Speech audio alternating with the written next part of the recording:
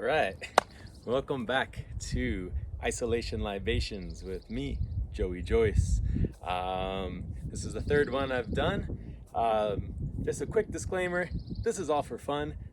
It's not professional at all. This is just kind of pass the time and just have a good time and make some drinks for friends. So anyway, with that said, let me give a shout out right here, Tres Monos. Back. It's a killer bar in Buenos Aires, Argentina.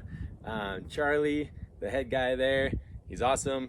Thank you, Charlie, for the shirt. Love it. All right. So without further ado, let's get going. Once again, this is sort of a cocktail to go along with Brian Chartrand's happy hour on Facebook Live, 5 o'clock Pacific time. He's doing a show every weeknight. Tonight is his birthday, so happy birthday, Brian.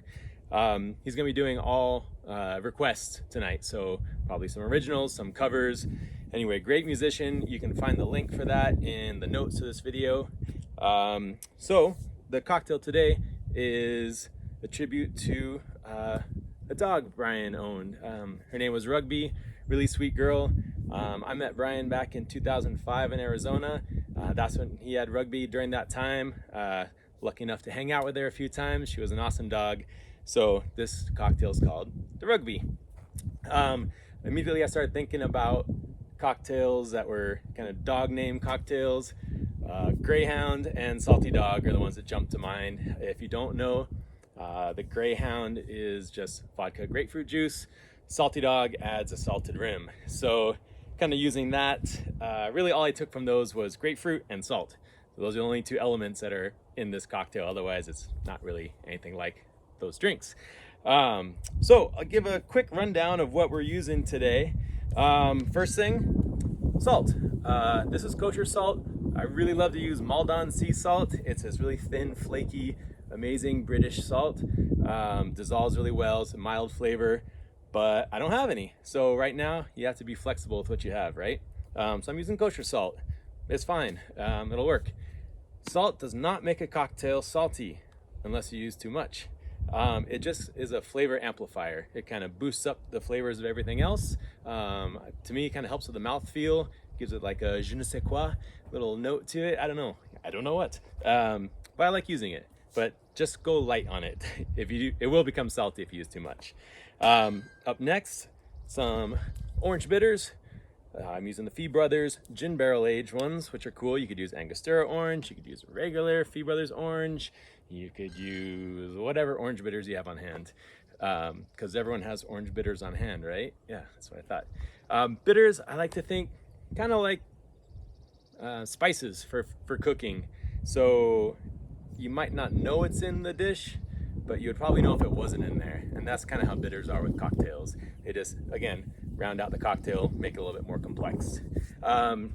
This is some grapefruit and lemon oleo saccharum, a very fancy name for citrus oil and sugar. That's it. Classic cocktail ingredient for punches a lot of the time. I made mine into a syrup. So I took that nice kind of sugar oil, then added equal parts water to basically make like a simple syrup with it. For me, it's a little bit easier to use that way in a cocktail. Kind of stretches it a little bit more, so you get a little bit more out of it. But yeah, I give more detailed instructions on how to make this on a prior Instagram post. I give sort of the ingredient shopping list for this. And again, if you ever have any questions, please send me a message. I would love to talk cocktails and swap ideas. This is what we do and we love it. So yeah, that's that. Next up, how can I miss it? The big plant, basil. Gonna throw a couple basil leaves in here. Not really gonna muddle them, just gonna kind of slap them, bruise them, get some of the oils out of the leaves, get that into the drink. Gives it a nice herbal, bright flavor. Subtle, but nice. All right, Dolan Dry Vermouth, yet again. Like I said, if you don't already love vermouth, start loving it. The dry vermouth is gonna give a nice balance to some of the sweeter elements in this cocktail. Make it from being like a little too cloyingly sweet from this, because this can be a little sweet. Next ingredient, Smith & Cross Jamaican pot still rum. I love this stuff so much. It's hard to describe. It's funky, it's unique, it's amazing. I tried playing with this cocktail beforehand and I didn't have the Smith & Cross in there and it was just missing something.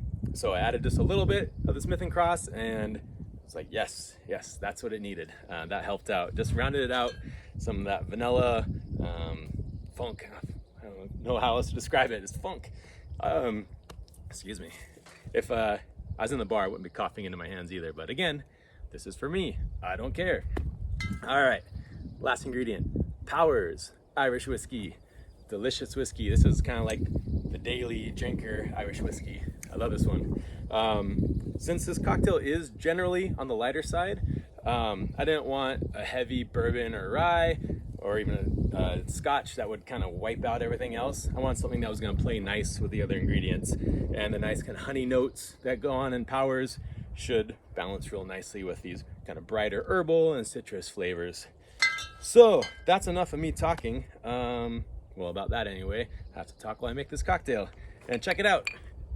I got big ice. Yeah, all right, cool. So I'm gonna start with, take a couple of basil leaves. Like I said, you're just kind of slapping them, just kind of bruising them. Really releases their smell. Drop that in there. With the bitters, go about 2 dashes. Again, depending on how new or old your bottle is. If it's older, there's less in there, more will come out. All right, the oleo saccharum. I'm gonna do a 1/2 ounce of this. From the grapefruit peels, it is a little bit bitter. When you're peeling your citrus, try not to get too much pith, too much of that white part in there, because that will make it more bitter and less pleasant. All right, let's put a little bit of our salt. You can make a saline solution. A lot of bartenders do that. A little dropper, basically just salt water. I like to just use the salt itself. I figure it's gonna be diluted anyway. And you can control it. Like I'm just doing like tiny, kind of, you pinch it and like what kind of sticks between your fingers. Just a really small amount. Maybe a tiny bit more, and then woo, that's why you work outside and just go away. And then how we're gonna incorporate that is dry stir everything before we add ice, and that'll help dissolve the salt before you add your ice. All right, so we're gonna go with the Dolan. I think, what do I think? Let's go 1/2 ounce. Actually, let's do 1 ounce. Never go wrong with more vermouth. Pardon me. All right, now the Smith & Cross, we're just doing a 1/2 ounce. A little of this goes a long way. And it's just an accent. I was thinking about doing maybe like Smith & Cross daiquiri for the next one. Then we use a whole bunch of Smith & Cross. Then for the Powers, I'm gonna go 1.5 ounces.